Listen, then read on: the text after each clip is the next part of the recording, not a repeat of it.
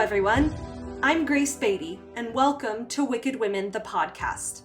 Step back in time with me as we learn about some of the most infamous and maligned women in history.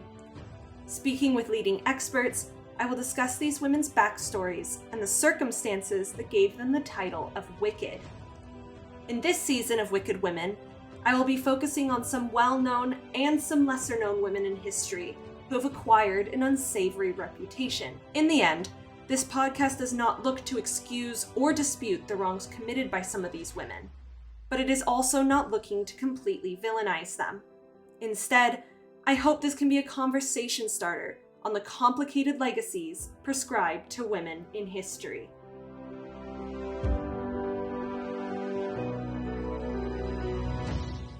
In today's episode, I will be analyzing the life and legacy of Agrippina, a woman who was the sister, niece, wife, and mother of Roman emperors, including the infamous Caligula and Nero.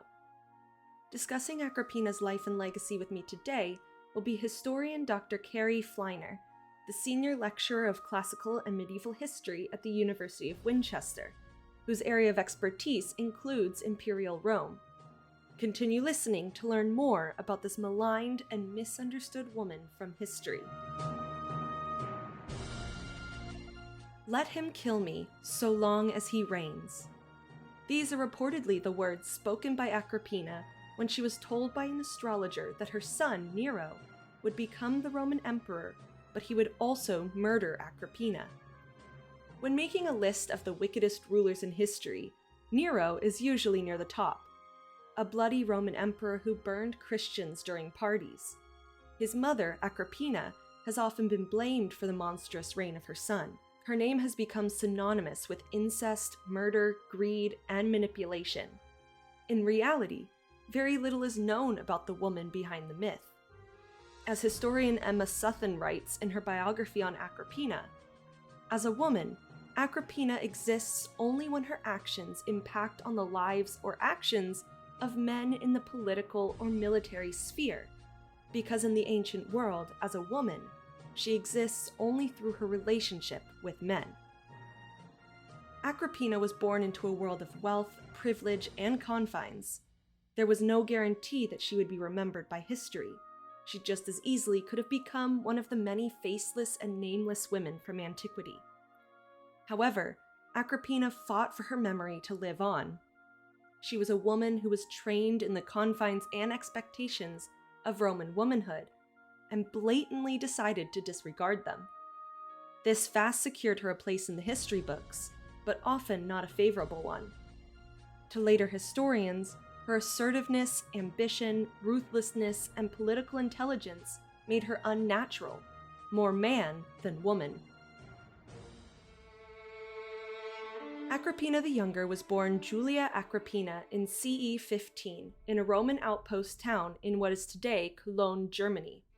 She was the first daughter and fourth child of Germanicus Caesar and Vipsania Agrippina, also known as Agrippina the Elder. Agrippina was born 2 years after the birth of her brother, who would go down in infamy as the Roman Emperor Gaius, more commonly known to history as Caligula.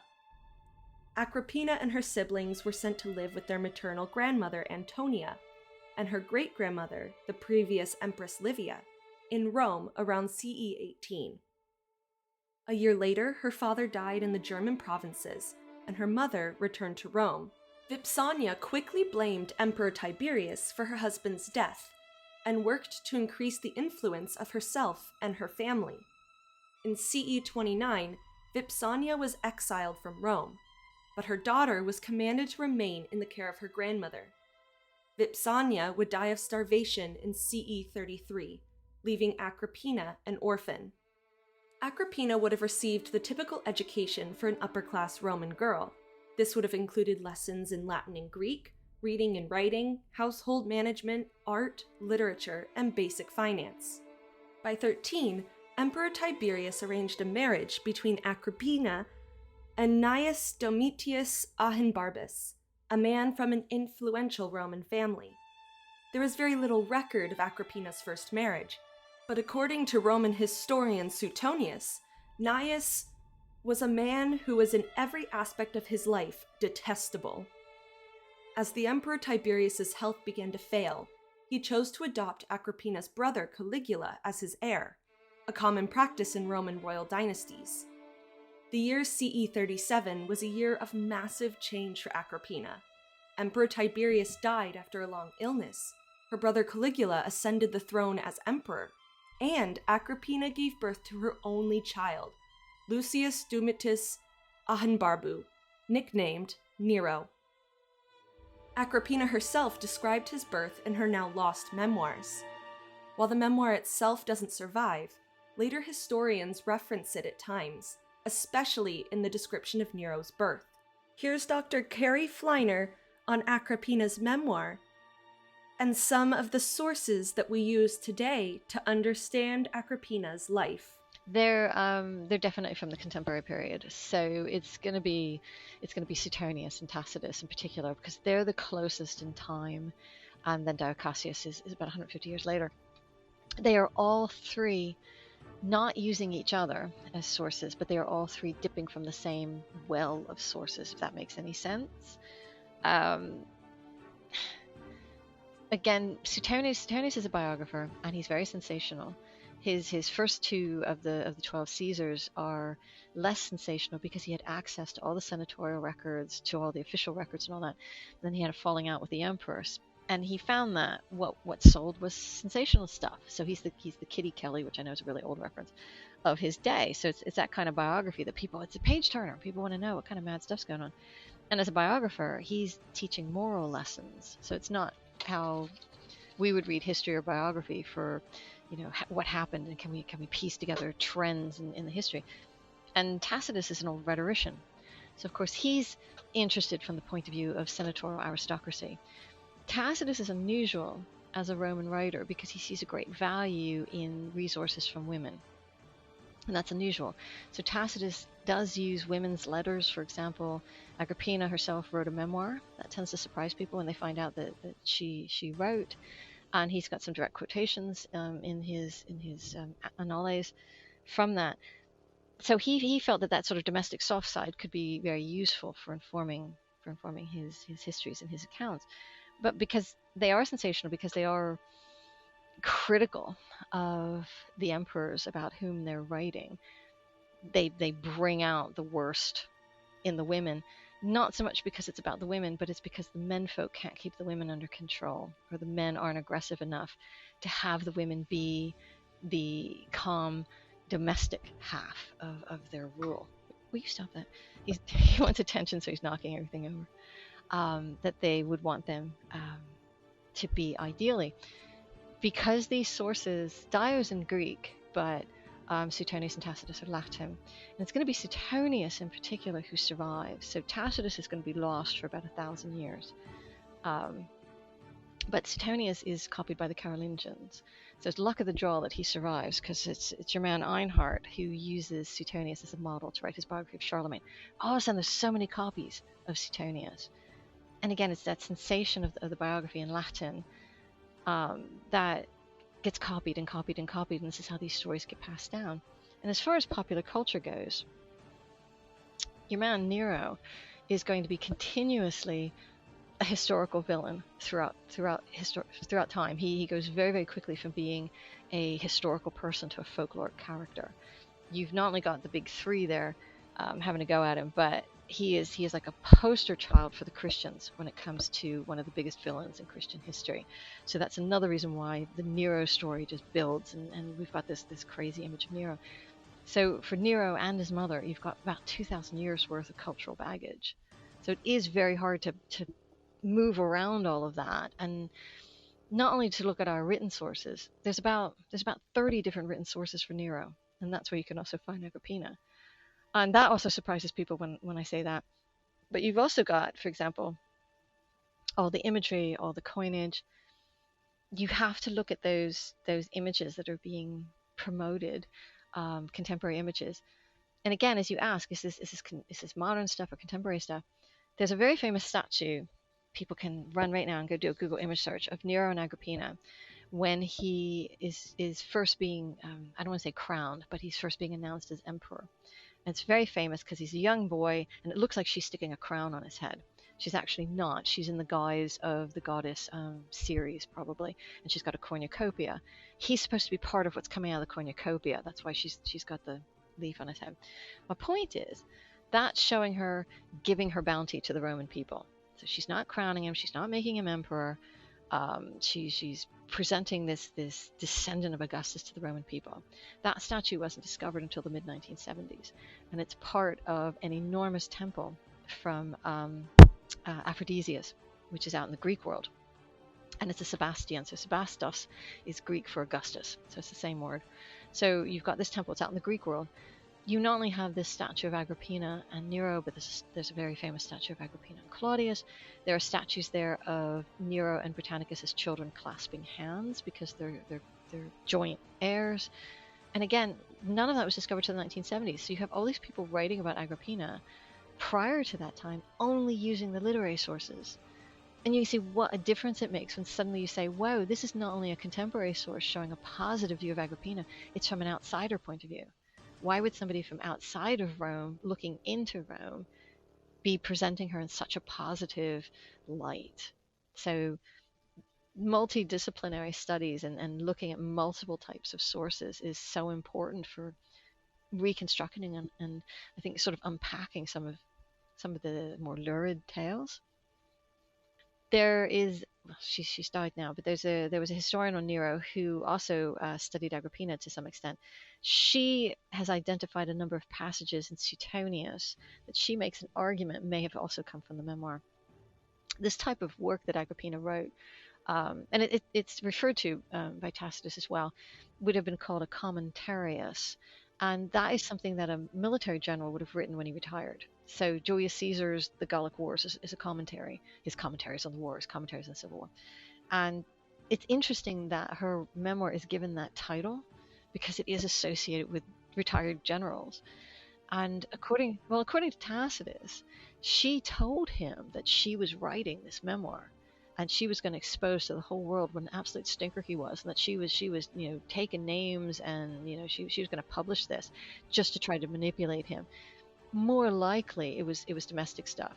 So it's because of the 3 quotes that we know are absolutely from her. It's the kind of stuff that a woman would have been interested in writing about. So the information about the breech birth, for example, or I think one of the other quotes is that Agrippina had 3 eye teeth. So we've all got 2 incisors, and she had 3. She had an extra one. And there's a couple other little things domestic. And it's thought by Miriam Griffiths, for example, that a lot of the stuff we know about Agrippina's mother in Suetonius and in Tacitus especially is probably a result of them having access to this memoir. So it would have been part of the historical record. It's a shame it doesn't survive because the Julio-Claudians very carefully curated the historical record. There are no historians from that actual period. When they learnt of somebody who was writing a history, it was confiscated. So they wanted to shape their own history and what was put into the record. So your boy Tacitus and Suetonius, they're much later. They're after another generation of emperors. So, Claudius was a historian, and his work was confiscated and destroyed. So is that what happened to Agrippina's stuff? Dunno. But well, there is one guy who's kind of a contemporary historian, but he was such a kiss ass. He's during the reign of Tiberius, so this is the second emperor, and he's so sucky.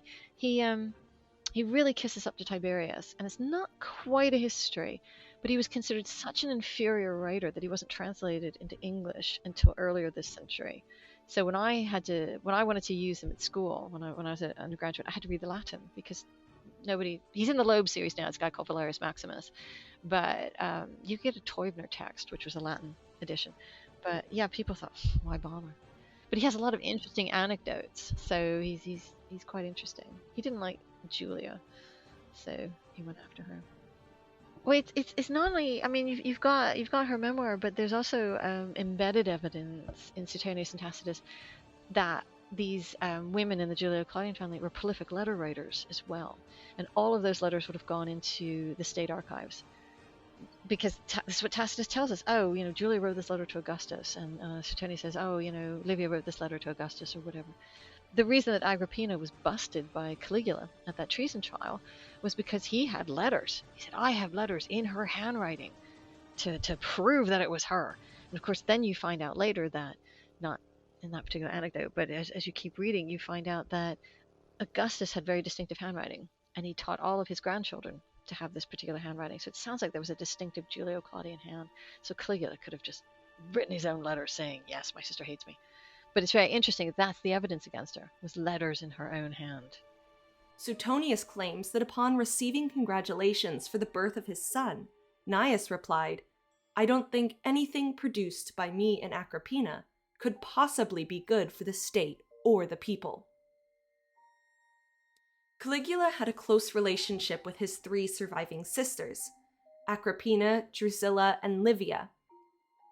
In the early years of his reign, he showered his sisters and their husbands with favors. They were included in oaths, they were allowed to join the emperor in his private box during games, and their faces often appeared on the reverse side of coinage, the first women in Roman history to be depicted on coinage.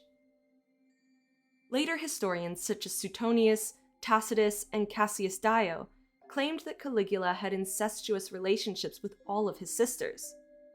This accusation has stuck with Agrippina throughout the centuries. But other than histories written years after her death, no contemporary record of incest exists. A year after her brother became emperor, Agrippina became involved in a coup attempt. There is little record of the event, and some later historians have called into question the validity of the charge.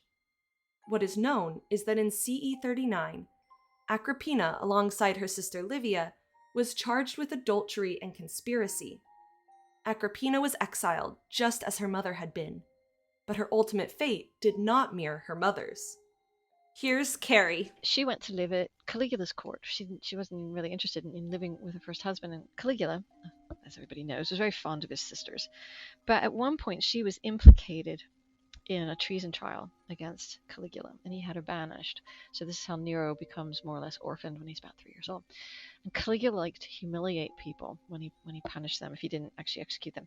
And her humiliation was to be sent away to this island in exile. And her job was to join the slaves who dived for sponges. So the Romans used sponges in the baths and what have you. So she was forced to do this, very humiliating. But it meant that she became a very good swimmer. So I tell my students, hold that thought. Hold that thought. In CE 41, after Caligula was assassinated, Agrippina was recalled to the Roman court by her uncle and the new emperor, Claudius. Agrippina would have realized that her power at court would depend on the men in her life. Without a husband and her brother no longer emperor, Agrippina would have had no political role in court. Therefore, she set her eyes on a wealthy and influential man named Crispus, and reinserted herself into the court, and soon rose in favor with her uncle.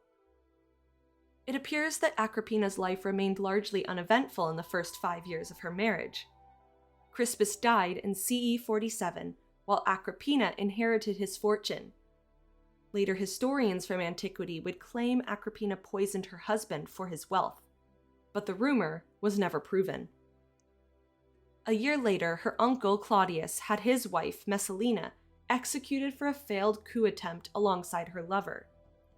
Afterwards, Claudius saw his niece Agrippina as a solution to his rising unpopularity in the face of his wife's treachery. Historians from Antiquity claimed that Agrippina seduced her uncle and manipulated him into making her his wife and consort. The reality was that the marriage was beneficial to both sides. Claudius married into one of the oldest and most influential bloodlines in Rome, and Agrippina rose to the most prominent position for a woman in the country. Soon after their marriage, Claudius officially adopted Agrippina's son, Nero, and began preparing him to succeed him on the event that he and Agrippina did not have heirs. Numerous later accounts portray the adoption of Nero by Claudius as an almost obsessive dedication by Agrippina to see her son ascend the throne. Stories, such as the famous quote, "Let him kill me so long as he reigns," came to define her legacy as an overly ambitious mother. However, the choice of Nero as heir was a logical political move. Claudius had a biological son, but he was much younger than Nero and believed to suffer from epilepsy. By naming Nero his heir, Claudius ensured a smooth succession after his death. Agrippina quickly became a trusted and loyal advisor to Claudius. She was granted the title of Augusta, a rare occurrence for the wife of an emperor, and promoted peace amongst the warring factions of her husband's court. At the age of 63, Claudius died in 54 CE, and Nero, at 16, became emperor, the youngest ever to be crowned. However, in the initial hours after Claudius's death, Nero was unaware of his new status, and historian Emma Southon wonders, until she made the official announcement, she was empress, and there was no emperor. And I wonder if, for a heartbeat, she considered taking it for herself. Just a single heartbeat, because she was too pragmatic and sensible and aware of the realities of the world to really try it. But just for that heartbeat, do you think she was tempted? For generations, Agrippina has once again been blamed for the death of her husband. All three of the famous chroniclers, Suetonius, Tacitus, and Cassius Dio, claimed that in another desperate act to make her son emperor, she had hired doctors to poison Claudius. However, the accusations are rarely followed up with proof, leaving the truth behind one of the most defining parts of Agrippina's legacy in the shadows. With Nero emperor, Agrippina saw her power rise to new, unprecedented heights. Agrippina seemed to stand on equal footing with her son, a fact that horrified historians such as Tacitus, who bemoaned, Agrippina could tolerate giving her son the empire, but not him being emperor. Carey discusses this misconception about Agrippina's life. I think the most common misconception is that she wanted to be emperor herself, and she knew that she couldn't be because she was a woman. So she either tried to rule through Claudius, her husband, or she tried to rule through Nero. And I think if you step back, you realize that she was a very good helpmeet to Claudius. He was not intended to become emperor, so he was not raised to have the education of a public servant. It was thought that he was a fool. It was thought that he was physically disabled, which in Roman times meant that you were foolish because they took very seriously what kind of physical condition you were in. She herself had had two husbands prior to Claudius, this older senator, and then she had been married off to an older lawyer. So by the time she gets to Claudius, she seems like she's very well educated, and the Julio-Claudian women in Augustus's family, her great-grandfather, would have been very well educated. And you find, if you read the sources very carefully, there's a lot of letter writing between her and Claudius. There's indications that she helped him with some of his speeches. There's indications that she took embassies on his behalf, so she heard clients on his behalf. So she was very actively involved. And that doesn't mean that she was trying to take over, because Livia held very similar roles. So these are things people would have been accustomed to. And by hearing clients, it doesn't mean that she was doing diplomatic missions necessarily. The wives of the emperors heard very specific petitions. If you speak to the wife, maybe she can get forgiveness for, my exile, or, go to the woman to ask for favors from the man, sort of thing. As I said, when Nero became emperor, he was only 16. He had been supported by Claudius, so it wasn't her just muscling her way in. Claudius did have a natural son.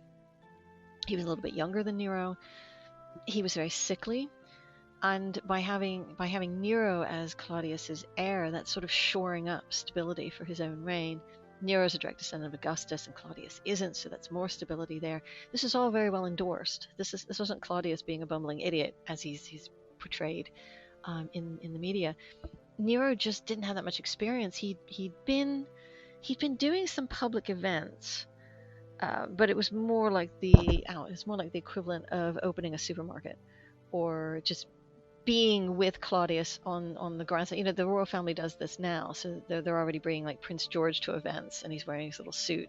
Sort of like very slowly growing up in a public role. And Nero just did not have any experience. Although just a little while before Claudius died, Agrippina actually put out an announcement saying that if anything were ever to happen to Claudius, Nero would be capable of succeeding. And of course, you look at this in hindsight and you go, wow, that's really sinister. But it's reassuring, and if you read through the sources from Claudius's reign, that's what his reign was all about, was stability, and that there was going to be somebody who followed him, and she plays a big role in that. So, in answer to your question, one of the things that I try to teach, whether it's to my students, which is going to be more focused, or in like a general history association thing, is that when you think about modern politicians, I mean, I grew up with Ronald Reagan being president, and everybody said, oh, Nancy's the actual power behind the throne. That sort of thing. Or Hillary Clinton was working the puppet strings on Bill Clinton, that sort of thing. This is what we have going on. And of course, there's 2,000 years of baggage between us and Agrippina to build those stories. But it's a very similar thing, I think. Nero seemed uninterested in the job of ruling an empire. And so in the early part of his reign, he allowed his mother full control.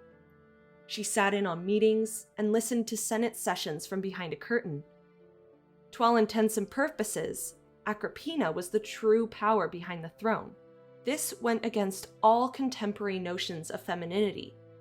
But as Carrie points out, what I find most interesting about her is the usual response that I get from people, because I do a number of popular history talks, and everyone's like, oh my god, didn't she sleep with her son, and oh my god, didn't she poison her husband? But what I find fascinating about her is when you really get into reading and you start doing more than just reading the sensational stuff, you realize that if this gal had been a man, she would have been really well respected, because everything she's doing is very aggressive, it's very assertive. She wasn't trying to become a ruler herself. She's trying to promote her own son. She's trying to act as a helpmeet to her husband. She's acting as a very good Roman mother. Roman mothers are really, really pushy. So all this stuff about the ideal Roman mother, raising her son, doing all this sort of thing, they're supposed to jump into the background. But when you've got an inexperienced husband like Claudius, and you've got a waste of space like Nero, she had no respect for him as a kid. She's just stepping forward. She is basically that Republican mother, and she is so assertive and she is so aggressive. That's what interests me about her, because you can't be a nice person and survive in the Julio-Claudian family. She herself went through a heck of a lot in her own childhood, and how she grew up amongst this vile court of people. Like I said, Caligula was her brother. And, just that peril from childhood, I think you are going to have to be a very hard, direct, aggressive woman. Julio-Claudian women are either these sort of shrinking violets that are very much admired, but they're also dish rags that kind of get passed around. Or they're these really forceful, aggressive women.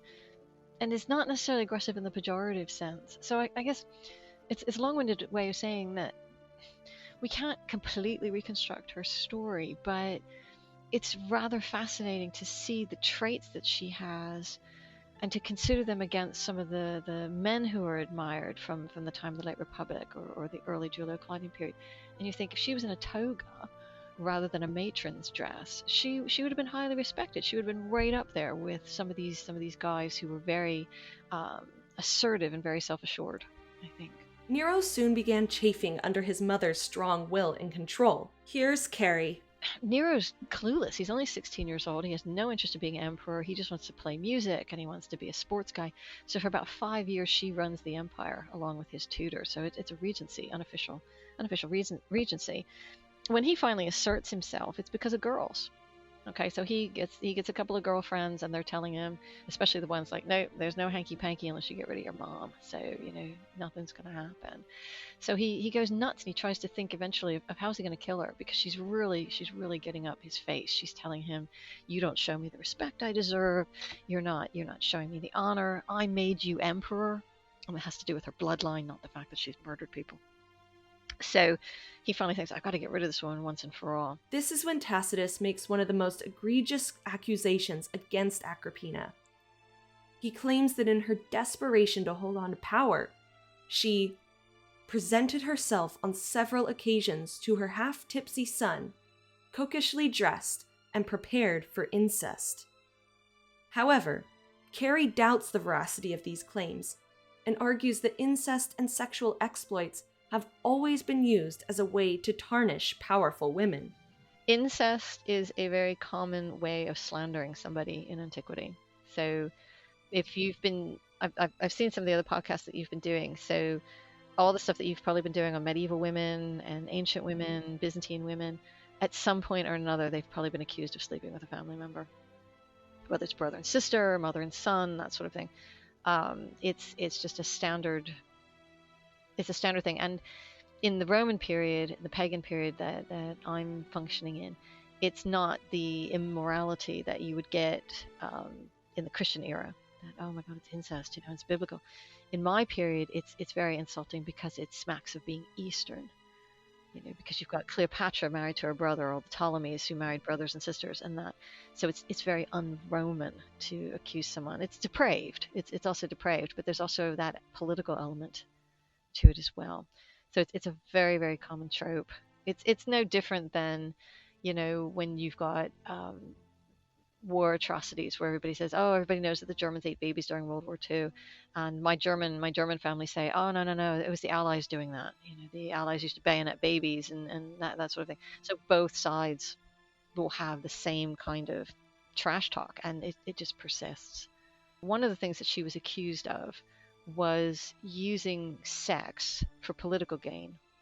So not just with Nero, but with others. At one point when she was widowed before she married Claudius, was it Otho? It's either Otho or Galba. She went up to him, according to the sources, and was trying to seduce him right in front of his wife, who thumped her. I mean, just a roundhouse, just knocked her to the ground, saying, mind your own business. If you try to think, God, was she really trying to do this? Was she really that aggressive? It's to me, you can unpack that to say that's a woman that's trying to stay alive. You have no agency as a widow in the Roman world. You are so dependent on husband, father, son sort of thing. So she is trying to attach herself in a very dangerous world to somebody that she perceives as being up and coming politically. If she's not married to somebody who's going to, manipulate her to put her into this position, she's got to do it for herself. In 56 CE, Agrippina was banished from court. She was moved to her country estate and surrounded by guards. It was soon after her banishment that Nero began devising a way to have his mother killed. This seems like a massive jump from a man who allowed his mother control in all areas of governance to planning matricide. This rapid shift in Nero has baffled historians ever since. What we do know is that Nero's first few attempts to murder his mother failed. As Carrie discusses, again, what adds to the sensation is the many attempts that Nero made to assassinate her. He can't do it by hand himself, so he comes up with all these wacky schemes. And across the three sources, I've sort of put together the schemes.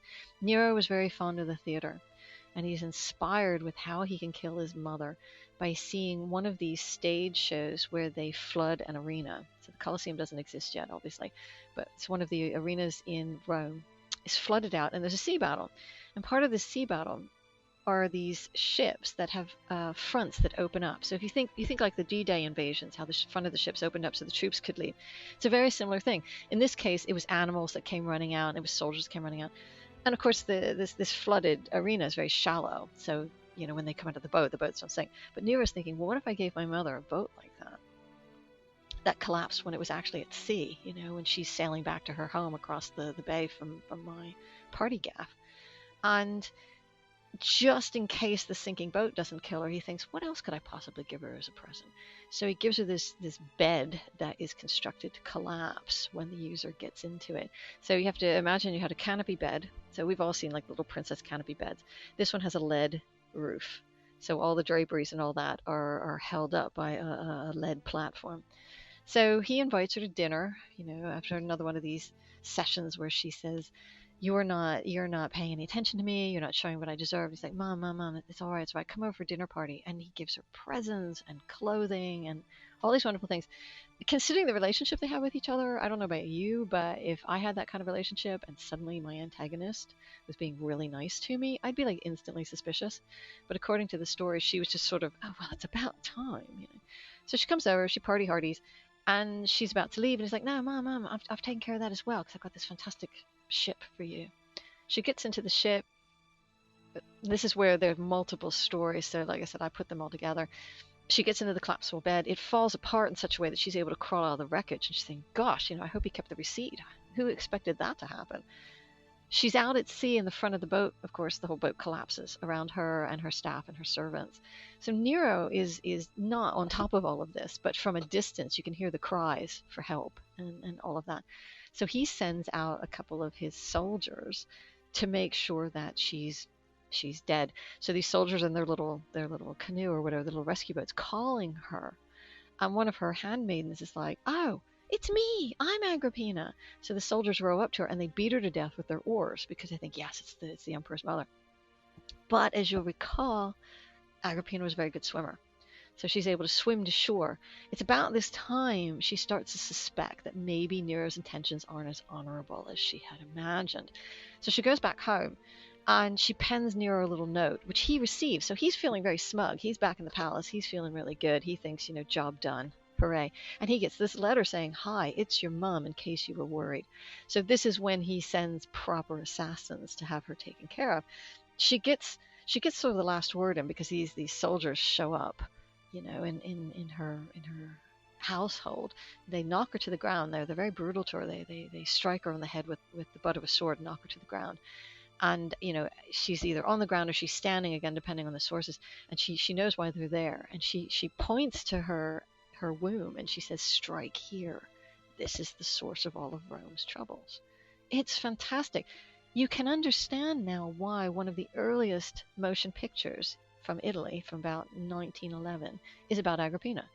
This is why Handel wrote an opera about her in the 18th century. It's fantastic stuff. But this is the stuff people pick up on.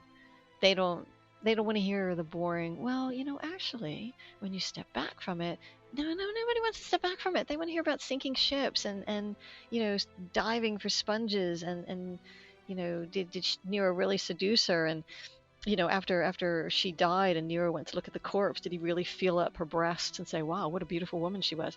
That's the kind of stuff that people want. So my job is to say, yeah, that's there, but... Nero quickly began a rumor that it was Agrippina who had been trying to kill him, not the other way around, and that she had committed suicide upon being discovered. She was quickly buried in an undisclosed location. Her son's reign was swept into violence and chaos after Agrippina's death, ending with Nero's suicide in 68 CE. After Nero's death, Agrippina was moved to a tomb more befitting of her station, but the location has since been lost to history.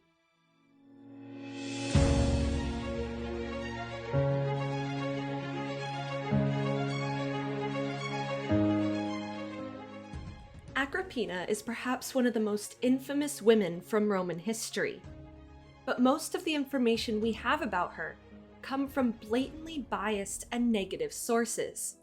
As Carrie points out, the sort of gateway literature to somebody like Agrippina the Younger are these sensational histories. They're the big three, Tacitus, Dio Cassius, and Suetonius. And they are the ones that Hollywood and the script writers for television take. Livia and Agrippina the Younger also tend to be the Roman women that my students study at A level, which is, British college. And they only have the superficial knowledge of her because they're not doing the historiographical read and they're not doing the multidisciplinary study of the sources. So I spend a lot of time with her, both in a year one module that I do on Roman family and Roman women, Roman household, and then I teach a Julio-Claudian module for the year 3 students. We spend 6 weeks with Nero. So that means we get about 2 or 3 weeks with Agrippina because she's got to go through 3 different emperors. And I tell them you can't just read the big 3 because they've got their own agenda. They're all rhetoricians, they're all aristocrats, and they're all very anti-Julio-Claudian. So of course they're going to try and make the men look weak by saying, look at these women who aren't behaving accordingly. So absolutely, when you've just got that narrow frame of reference, you're just going to get the sensational stories. And I mean, Tacitus himself even says, if I didn't throw in the exciting stuff, nobody would read my histories. So I've got to add this. I've got to add this stuff in there. He says it in the histories that you sometimes have more truthfulness than truth, and that also comes from Cicero. So Cicero felt that history was meant to teach people how to behave, and if you were too straightforward with it, you'd lose your audience. so you had to throw in the nutty stuff, I suppose. In many of the sources on Agrippina, she has become inextricably linked to the men in her life, particularly her son Nero. Biographers and historians alike have attempted to detach Agrippina from Nero, with varying results. In Carey's opinion, it's very hard to isolate Agrippina from Nero. And when the historians have tried to do this, there's somebody, is it Ferraro? I can't remember off the top of my head. Back in the 1920s, he tried to say, we've got to look at Agrippina on her own. We've got to pull her away from Nero. And he swung the pendulum too far in the other direction and made her look like this very sympathetic, this poor woman, she's so misunderstood. And you look at someone like Bartlett. He's got his book on Agrippina. He's got his book on Caligula. But in his book, that's Anthony Bartlett, on Agrippina, one thing he says is she's a hard woman. She's not a lovable person. She would not be somebody that you'd want to sit and chat with, but she has to be in order to survive the situation that she's in. So that tends to be where historiography on her falls right now, is saying there's no way you're going to apologize for or rehabilitate her. She's not a nice person. But in terms of reevaluation, you have to stop and think, why is she so hard? So how can we reconstruct the circumstances around her that makes her behave the way she does? And I think what Barrett does is this whole idea that it's a matter of survival. How, as a woman, would you survive in a court like that? So you either have to be that sort of dish rag, and most of them end up being executed, or something terrible happens to them. They remain widely respected, but they end up being victims many times, not always. Or you end up having to be somebody who's very assertive. And sometimes I think assertion becomes associated with aggression. And assertion is a positive trait, but aggression's the negative trait. Again, as a man, she would have been assertive, and she would have been taking the active role. But as a woman, it's like, she doesn't know her place. She's acting out. She wants power for herself. Roman history is a favorite genre of the past for both the public and historians. In recent years, there have been attempts to combine a multitude of different disciplines to better understand this fascinating chapter in world history. Agrippina has benefited from this new interdisciplinary approach. Here's Carey.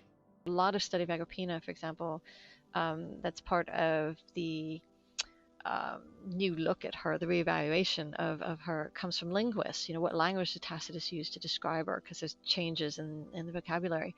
And that we weren't really doing multidisciplinary stuff when I was a student, and you were looked at as kind of strange that you wanted to marry together what you were reading in your literature class with your history class, because they're two separate things. So you've got historians who are working with other colleagues in other fields to create new reevaluations all the time. So when you think, everything's been written, it really hasn't. And there's always new stuff being discovered, especially material culture. So I think amongst historians, it's a really vibrant and exciting era to be working. I mean, one of the things I have my students do is to take somebody who is traditionally viewed as an awful person, like Tiberius, for example, even Caligula, and I'll say to them, if you had to reevaluate him, not apologize, not make him sound like a good guy, but if you were trying to look at what is this person doing in the context of what was going on around them, how can you reconstruct this? And a lot of this is happening with the lives of the women who are mentioned in these sources. It's very difficult to separate them from their menfolk because they're almost always attached to them. And you end up doing a lot of reconstruction work. It's very detective work.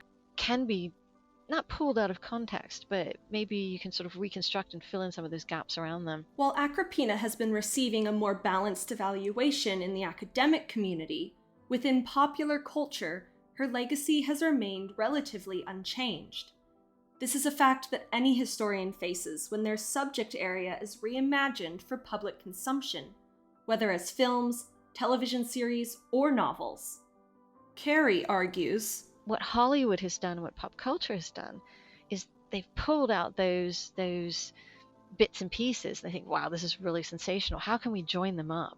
And it just becomes this big soap opera ride. There's no attempt of saying, well, why is she being such a bad girl? What's going on behind the scenes? And can you frame this in a different way that you go, oh, hang on a minute, she's actually being very protective here, or here's a more valid reason for why she's doing X rather than that's just because she was a wicked stepmother.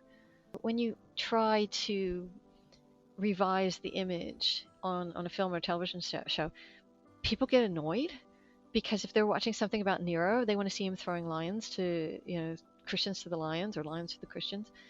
How many films have been made about Nero with him sitting in the Colosseum? And the Colosseum didn't exist at the time, but that's what people expect to see. The thing is, the Romans were doing this. The Romans had this version of plays, these little plays called praetexta, and they would act out what was happening in the imperial family on the streets. They'd have these little mime shows, and that.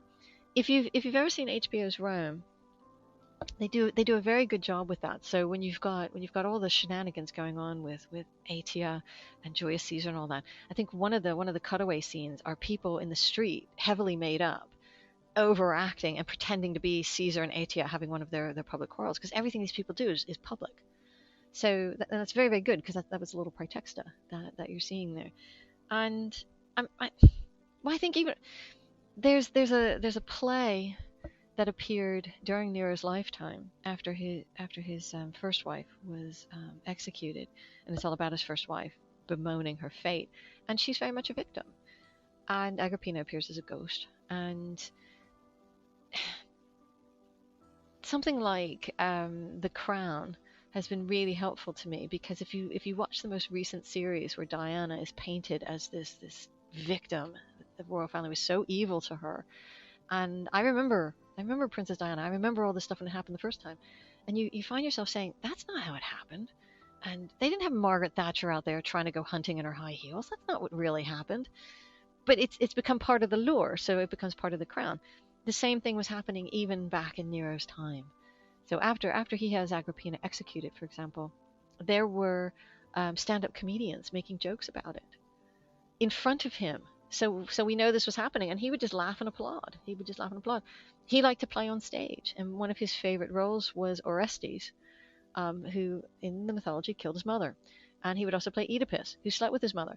And he would go on stage and be like, "It's me, it's Oedipus. Get it? So he even played into these rumors and the sensation that was being said about him. So he didn't really help matters. But we have people like that now. So you can see it happening now. You get politicians who act like buffoons. I'm not going to name any names, but they endear themselves to a particular portion of the population who think that they're just harmless clowns. So let's make this guy the leader or whatever. And it's happened on both sides of the Atlantic. At least these days, you can have a politician who does something, and there's still people alive who can say, but that didn't happen. But all the people who could tell us that, all the people who actually knew Agrippina and who actually knew Nero, they're gone. So all that survives is the episodes of Have I Got News for You, or The Apprentice, or whatever. And you think, oh, is this what they were like? So, if that's all that survives 2,000 years from now, you're going to have historians trying to think, well, I've got some negative things here about the president, or I've got some negative things here about the prime minister, but all I have is Donald Trump appearing in Home Alone 2, So the same thing is happening in Antiquity. These people are being parodied at the time. They're being mocked at the time. They're having moralizing texts written about them. So if you think of Suetonius or Tacitus and the trash talking that they're doing, and then you say, but we have similar things now, here's an example, then you understand the problems of interpretation. We are missing the context. The concept of authenticity within historical research and presentation has been a controversial and much debated topic for generations. Some historians lambast fictional retellings of the past for their inaccurate portrayals of specific events, people, and cultures. Others believe that historical fiction provides a doorway into the study of the past for those who may not connect with history through academic means. Historical accuracy is made even more difficult in eras where very little evidence actually survives, leaving people today to interpret the past with the sources that are available to them. Historian Robert Burkhofer believes history, historical fiction, fictional history, and fiction all exist along a spectrum. This is Carrie's opinion when it comes to popular portrayals of Agrippina. I don't have any issues with the sensational in pop culture. I really don't. Um, I think it's going to continue, and it is one way for people to get to know the history. I mean, if it gets incredibly silly, then you think, if you're going to be sensational about it, at least use the stories that are in the sources. What gets up my wick is when you get historical dramas and they decide to start adding all the mental stuff. If it's in the sources, so you say, oh yeah, Tacitus said that, because then you have a talking point. Because I show a lot of pop culture and I do stuff with reception in my classes, so we can talk about, well, okay, they've brought up whatever. Why is that happening? I mentioned at the beginning there's a film from 1911 that's all about Agrippina. It's about 12 minutes long. It's on YouTube, and all the intertitles are in Italian. But after we do all of our Nero stuff, because it's getting close to Christmas, end of the semester, I show that little film and I tell the students, narrate this, what's happening, so that even though they can't read the intertitles, they can say, oh, you know what that is, and oh, I can identify that person. So it's quite good that even though it is all the sensational stuff, you can see where somebody's engaging from it from a different perspective. So you can say to somebody, and I have had students do this exercise, if you take Plutarch's Life of Alcibiades, or if you try to reconstruct a biography for Agrippina from this particular source, what are you going to do? How are you going to write her life? How are you going to write a res gestae for her?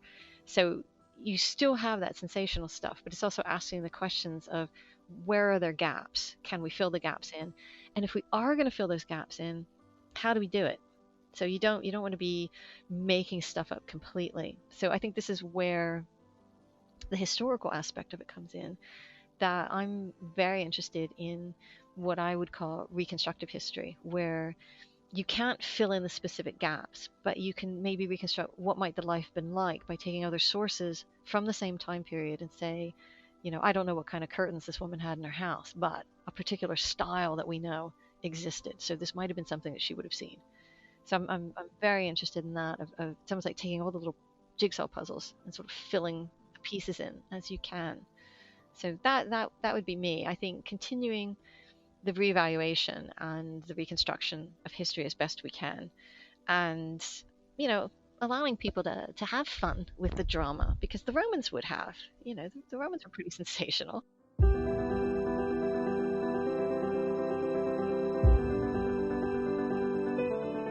History has remembered Agrippina as vile, wicked, manipulative, sexually promiscuous, and murderous.